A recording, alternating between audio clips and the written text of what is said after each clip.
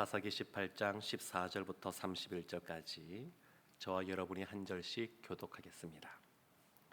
전에 라이스 땅을 정탐하러 갔던 5사람이 그 형제들에게 말하여 이르되, 이 집에 에봇과 드라빔과 새긴 신상과 부어 만든 신상이 있는 줄을 너희가 아느냐?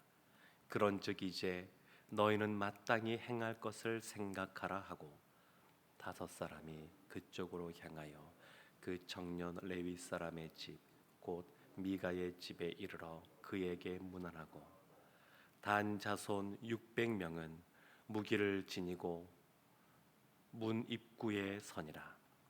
그 땅을 정탐하러 갔던 5사람이 그리로 들어가서 새긴 신상과 에봇과 드라빔과 부어 만든 신상을 가져갈 때에 그 제사장은 무기를 지닌 600명과 함께 문 입구에 섰더니 그 5사람이 미가의 집에 들어가서 그 새긴 신상과 에봇과 드라빔과 부어 만든 신상을 가지고 나오매 그 제사장이 그들에게 묻되, 너희가 무엇을 하느냐 하니, 그들이 그에게 이르되, 잠잠하라.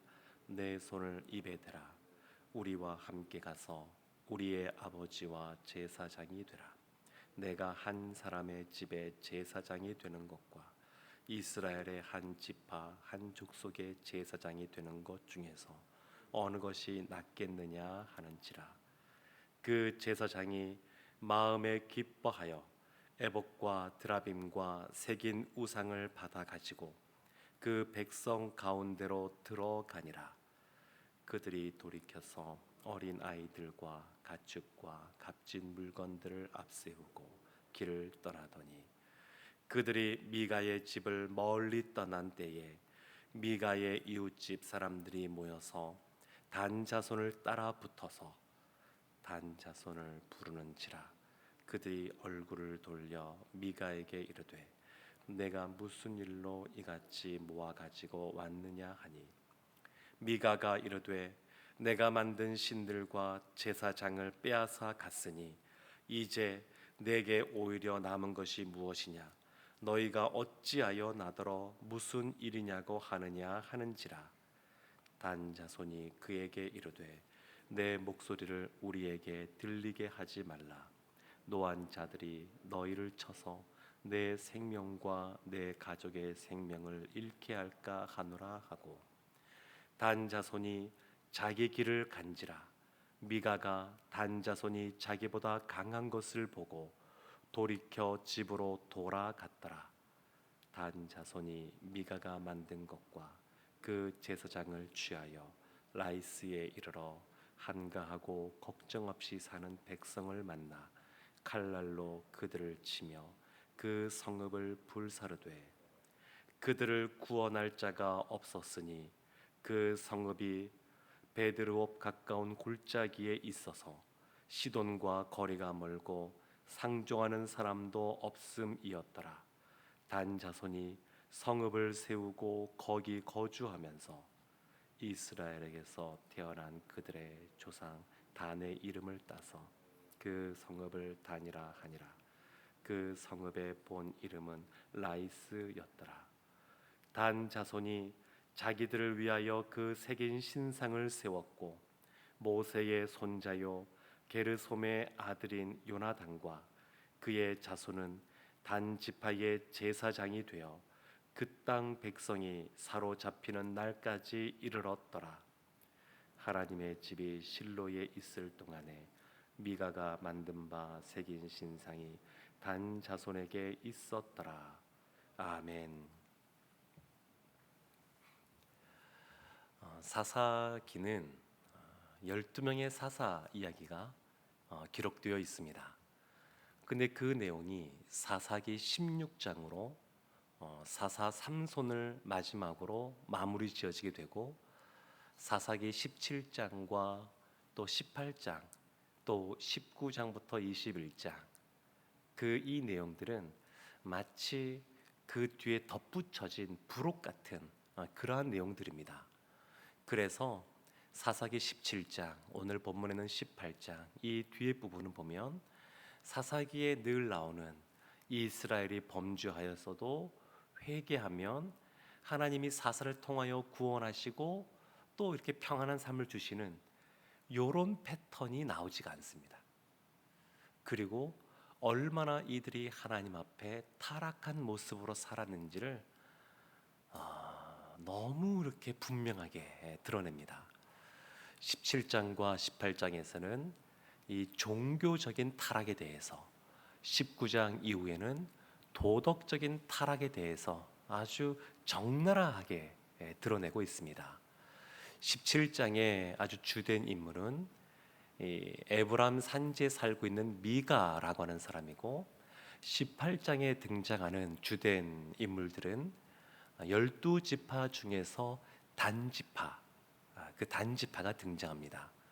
그런데 이 17장과 18장에 이어서 이 사람들을 이어주고 이야기를 끌어가는 주된 인물 중에 한 사람이 누구냐면 한 레위인이 등장합니다.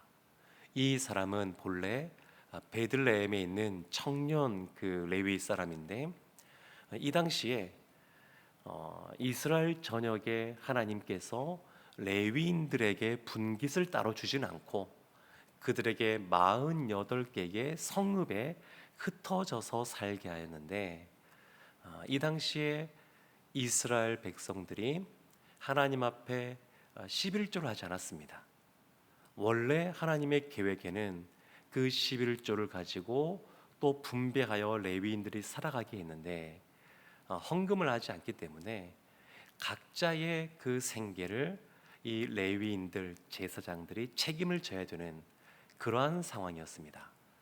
그래서 여러 가지 이 종교적인 그러한 그 하나님께서 허락하신 것에 이 레위인들과 제사장이 집중하기 어려웠고, 사람들이 그곳에 살지 않고 다 각자 먹고 사는 것을 위해서 흩어져 가는 이런 안타까운 모습이 이 사사기 안에 나타나게 됩니다.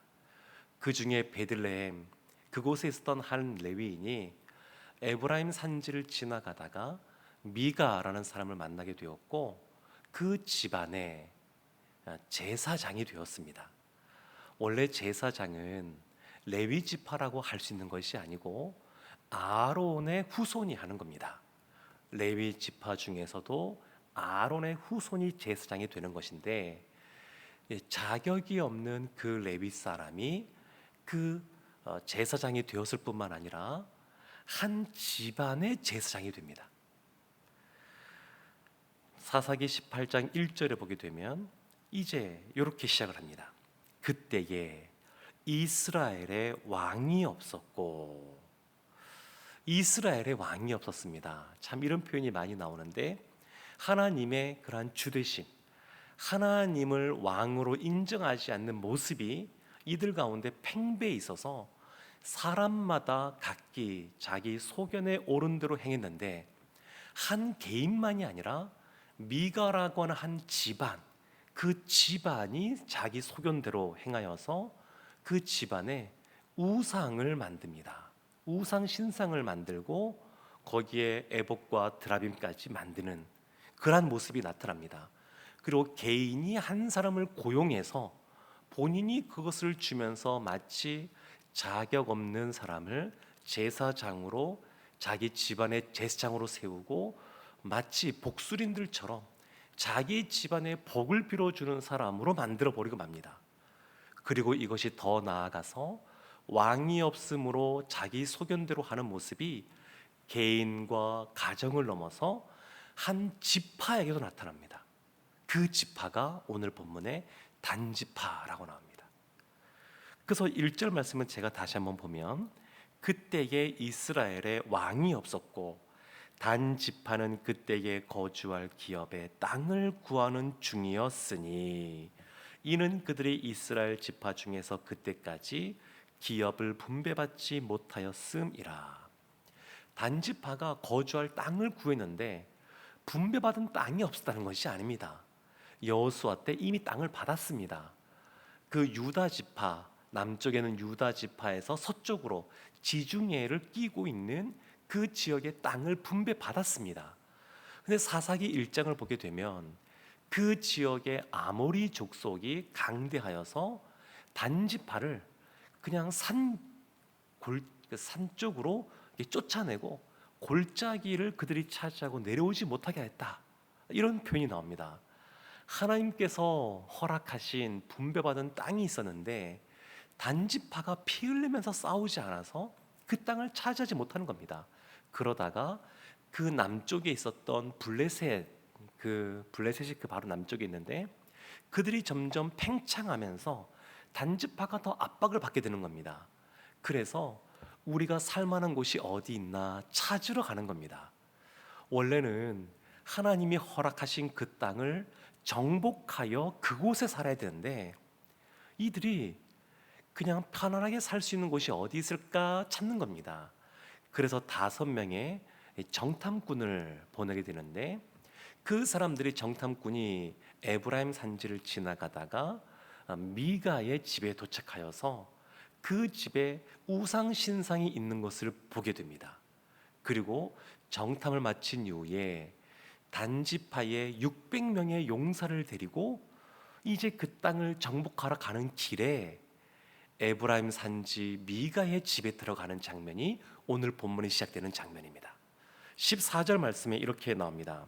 전에 라이스 땅을 정탐하러 갔던 5사람이, 라이스 땅이 어디 있냐면 이스라엘 북쪽에 있습니다. 그 헬몬산 밑에, 오늘날로 말하면 레바논 북쪽인데 거기에 있는 산맥으로 둘러싸여져 있는 라이스라고 하는 곳이 있습니다. 북쪽입니다. 거기는 너무 외진 곳이어서 사람들이 평안하게 있습니다. 그냥 다툴 일도 없고 그냥 편안하게 있는데 그 지역을 결국 점령하여서 나중에 단이라고 그 지역 이름을 바꾸고 그쪽으로 이주하여서 단지파가 살게 됩니다. 근데 14절 말씀을 다시 보면 5사람이 그 형제들에게 말하여 이르되 이 집에 에봇과 드라빔과 새긴 신상과 부어 만든 신상이 있는 줄을 너희가 아느냐? 그런즉 이제 너희는 마땅히 행할 것을 생각하라. 마땅히 행할 것, 이게 뭘까요? 강탈해 오라는 겁니다. 이 말이 이곳에 복을 빌어주는 그러한 우상과 또 제사장이 있으니까 그것을 강탈하라는 겁니다. 어떻게 남의 것을, 또 더군다나 이 우상이긴 하지만 그 명목상으로는 하나님께 빈다라고 하면서 만들어 놓은 건데 그것을 강탈할 수 있겠습니까? 그러니까 사사시대가 이런 시대였다는 겁니다. 17절 말씀 보면 그래서 이렇게 나옵니다. 그 땅을 정탐하러 갔던 5사람이 그리로 들어가서 새긴 신상과 에봇과 드라빔과 부어 만든 신상을 가져갈 때에 그 제사장은 무기를 지닌 600명과 함께 문 입구에 섰더니 600명이 무력 시위를 딱 하고 있는 상태에서 그것을 빼앗아 갑니다. 은과 금으로 만들어진 그러한 신상과 에봇과 드라빔을 그냥 강탈해 가는 겁니다. 근데 여기서 더 심각한 문제들이 또 그 다음에 나오게 됩니다.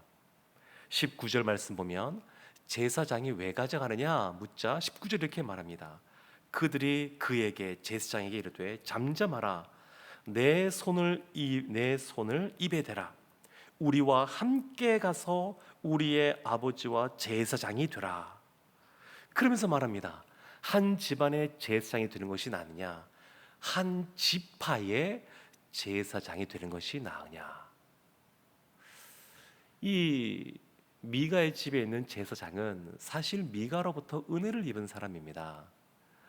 생계가 보장되어 있지 않은 그러한 상황 속에 유리방황할 때 이 미가가 그 사람을 거두어주고 마치 아들처럼 돌봐주던 사람입니다. 그러면 이 제사장, 원래 조건 안 되지만 그래도 제사장으로 지금 이 역할을 하고 있으니까 그 사람이 자신을 그렇게 돌봐준 미가에 대해서 윤리적으로라도 배은망덕하게 행하면 안 될 것 같은데 근데 전혀 생각하지 않습니다. 그래서 20절 말씀에 그 제사장의 모습이 이렇게 나옵니다. 그 제사장이 마음에 기뻐하여, 기뻐하였습니다. 내가 드디어 한 집안에 있는 사람이 아니라 한 지파를 책임지는 그러한 이 역할을 감당하게 되겠구나. 아마 어깨에 힘이 들어가지 않았을까 싶기도 합니다.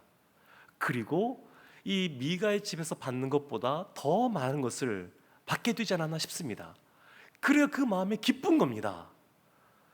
이 사람은 그래도 하나님께 구별되었다라고 하는 레위 지파 사람인데 하나님의 율법을 어기고 제사장 역할을 감당했고, 그리고 형식적으로라도 하나님의 이름을 부르면서 무엇인가 샬롬이라고 말하는 사람인데, 근데 하나님께 묻지도 않고 기도하지도 않고 그냥 자기 생각에 좋은 대로 사실은 탐욕에 물들어서 이와 같은 결정을 하는 것을 볼 수 있습니다.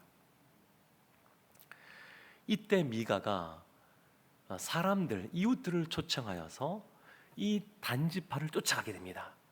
그랬더니 단지파가 어떻게 하냐면 25절에 이렇게 말합니다.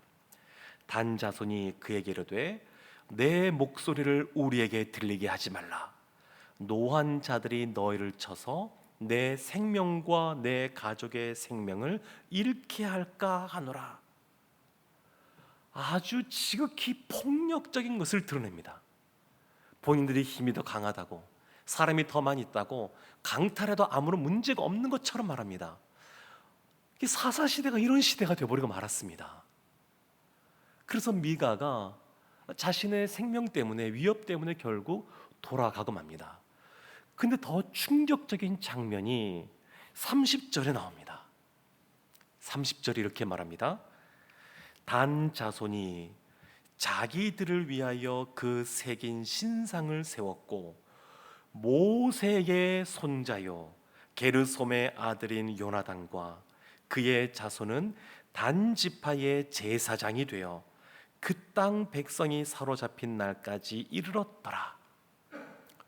모세의 후손, 모세의 4대 손이 단 지파의 제사장이 되었다는 겁니다.